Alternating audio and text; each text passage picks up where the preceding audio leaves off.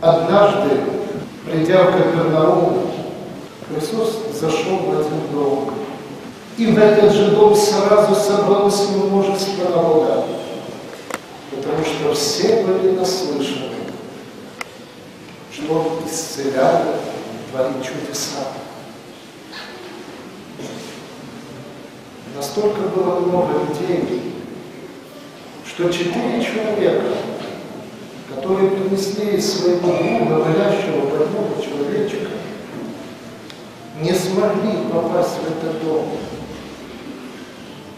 И предприняли такое действие, связав его обувь, они разобрали крышу,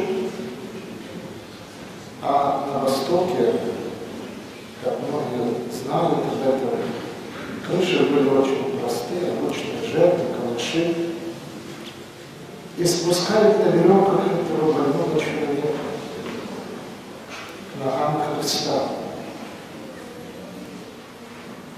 Евангелие указывает, что Христос, видя веру этих людей, говорит больному: прощаются тебе грехи твои.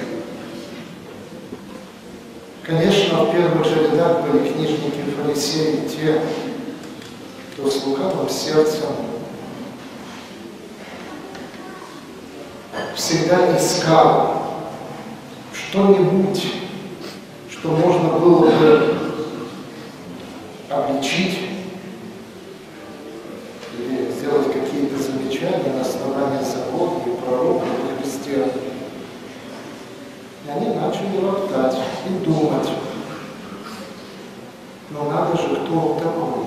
Он отпускает грехи. Только Бог может отпускать грехи. Христос, провидя духом их мысли, их волнение души, указал им на то лукавство их мысли, которое хватило в эти минуты.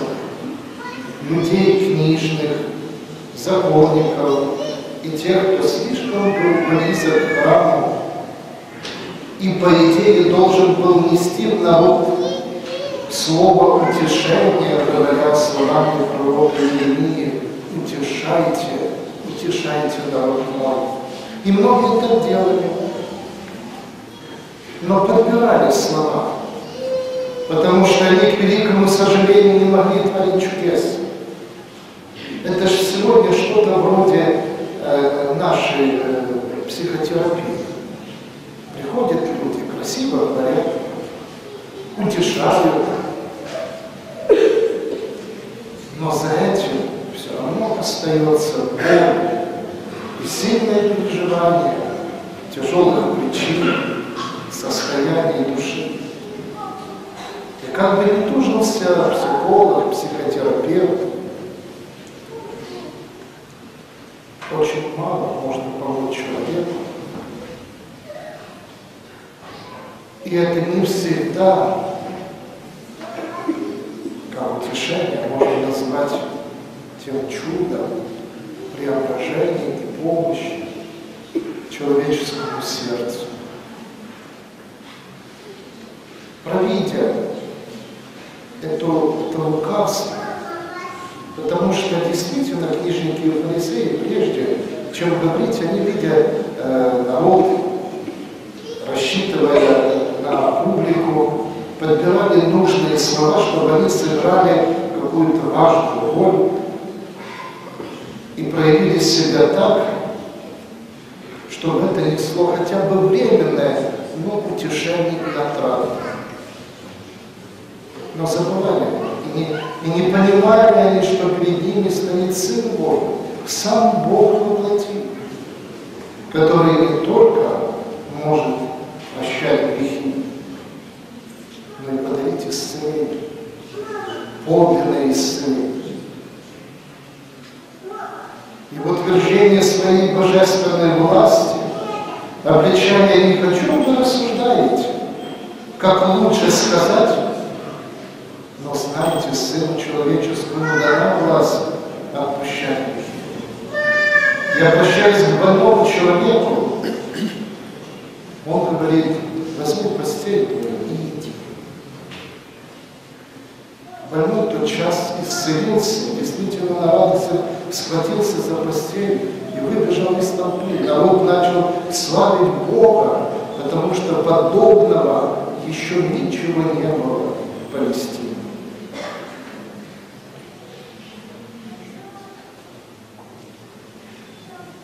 Казалось бы, вторая неделя поста. Зачем этот отрывок звучит во всех православных храмах?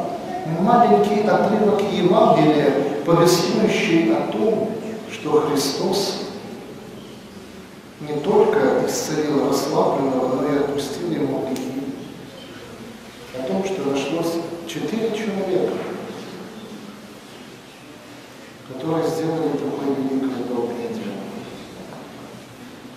Этими строками Священного Писания Церковь постоянно каждому из нас, верующих во Христа, напоминает о том, что наши болезни и то зачастую зло, которое бытует в нашем мире, это следствие наших грехов. Это не то, что сделал Бог. Это следствие наших грехов. Это, к великому сожалению, то, в чем мы повинны, что сказывается на нашей жизни, на нашем земном пути. Поэтому так важно прежде исцеление и лечение болезней своих обратить внимание на свое духовное состояние. Заглянуть в себя, вовнутрь себя, увидеть себя, какой ты есть на самом деле. И не с позиции своих собственных гордыни, эгоизма или прочих миров личных, духовных, которых мы сами себе придумываем или находим у учителей или разного рода последователей, не пойми какой религии, только для того, чтобы убаюкать свое собственное духовное состояние. И из позиции этого состояния начинать судить себя, видеть себя. Подлинное состояние духа, сердца, ума может дать только образ Христа и Евангелия. Где не только в силу какого-то умения, рассуждения, анализа мы можем глубоко посмотреть в себя. Где силой Святого Духа, благодатью Христовой, помощью Божией мы можем по-настоящему заглянуть в свое сердце. Очень трогательной является история с расслабленным больным человеком. Евангелие указывает на то, что 4 человека принесли на носилках этого болящего.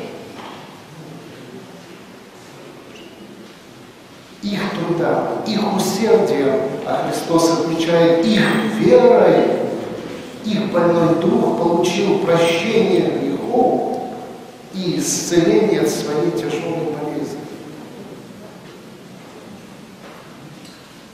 К чему побуждают нас эти строки Евангелия? О том, чтобы каждый в своей жизни заботился о том, чтобы в его жизни, может быть, не 4, может быть, не 3, может быть, не 2, но хотя бы один был искренний друг, который в тяжелый момент, в нужный момент не струсит, не предаст, а поможет по-настоящему, по совести, от сердца, поддержит. Но если этот человек еще верующий человек, если в душе его Бог, то он поможет сделать самое главное, подарить подлинное, нужное состояние духа и души другу своему. И известно, там, где Бог, там не будет никаких чертей, там не будет никакого зла за пазухой. И этот друг поверит мире своем сделает очень много ради своего ближнего. В сегодняшнем Евангелии Церковь указывает на то, в дни Великого Поста, что ярко в жизни каждого, особенно в эти минуты и дни, часы этого Великого Поста, каждый спешит увидеть себя, какой он есть, в свете Евангелия, в свете Христа, и попросить у Бога прощения.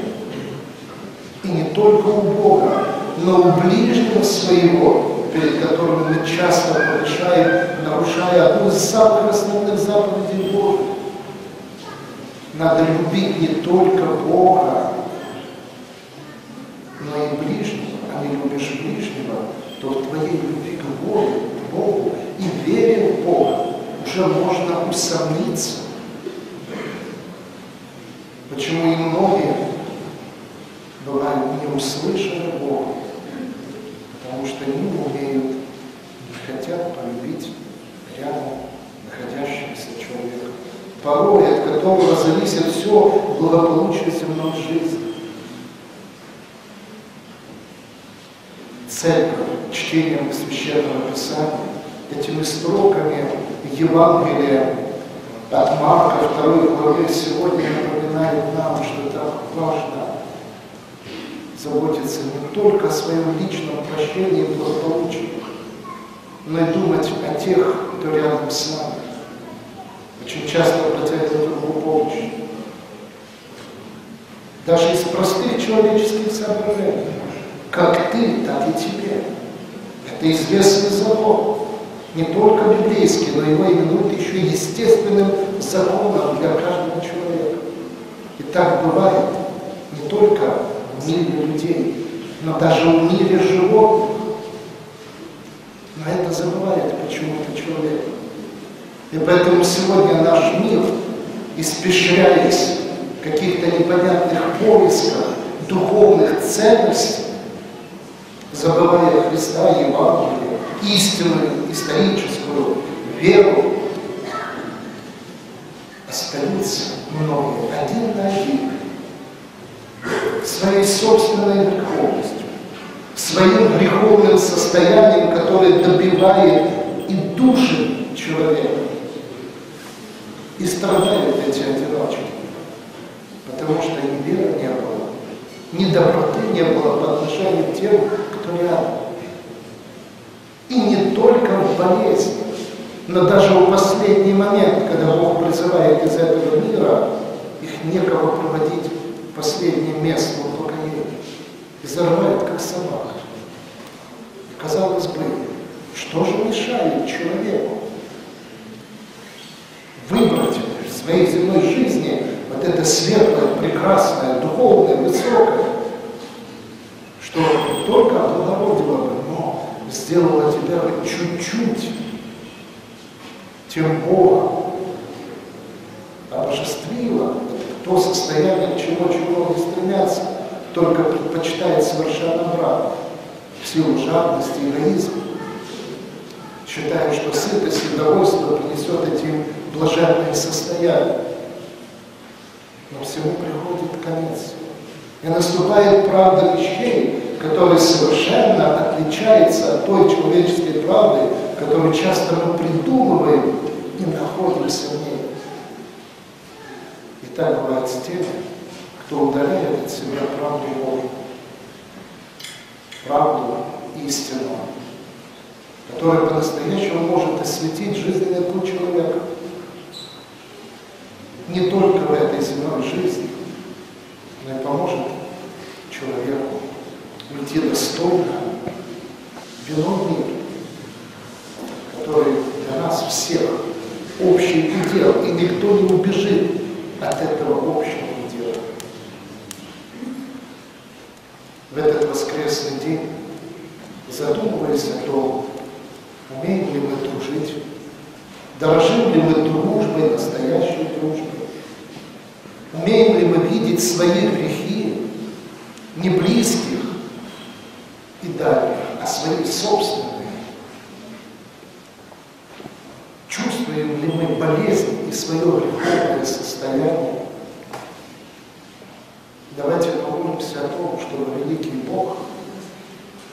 который дает нам потрясающую силу, силу и дар любви, доброты, видение не слепоты, которую многие предпочитают, а видение себя, особенно в свете Евангелия. А уж если мы бываем поражены этим грехом настолько, что не можем поднять очи к горе или не в силах вообще подняться физически и двигаться, что великий Бог в эти минуты, подобно ангелам-хранителям, не лишил нас тех искренних, верных людей, кто помог бы нам прийти к Богу, получить прощение, приобщиться к самому Богу, чтобы мы не ждали тех 4 красавцев, которые в последний момент нас силой занесут в храм и вынесут навсегда. Чтобы это было другого, с пользой для земной жизни и для доброй участи в вечности. Об этом давайте помолимся.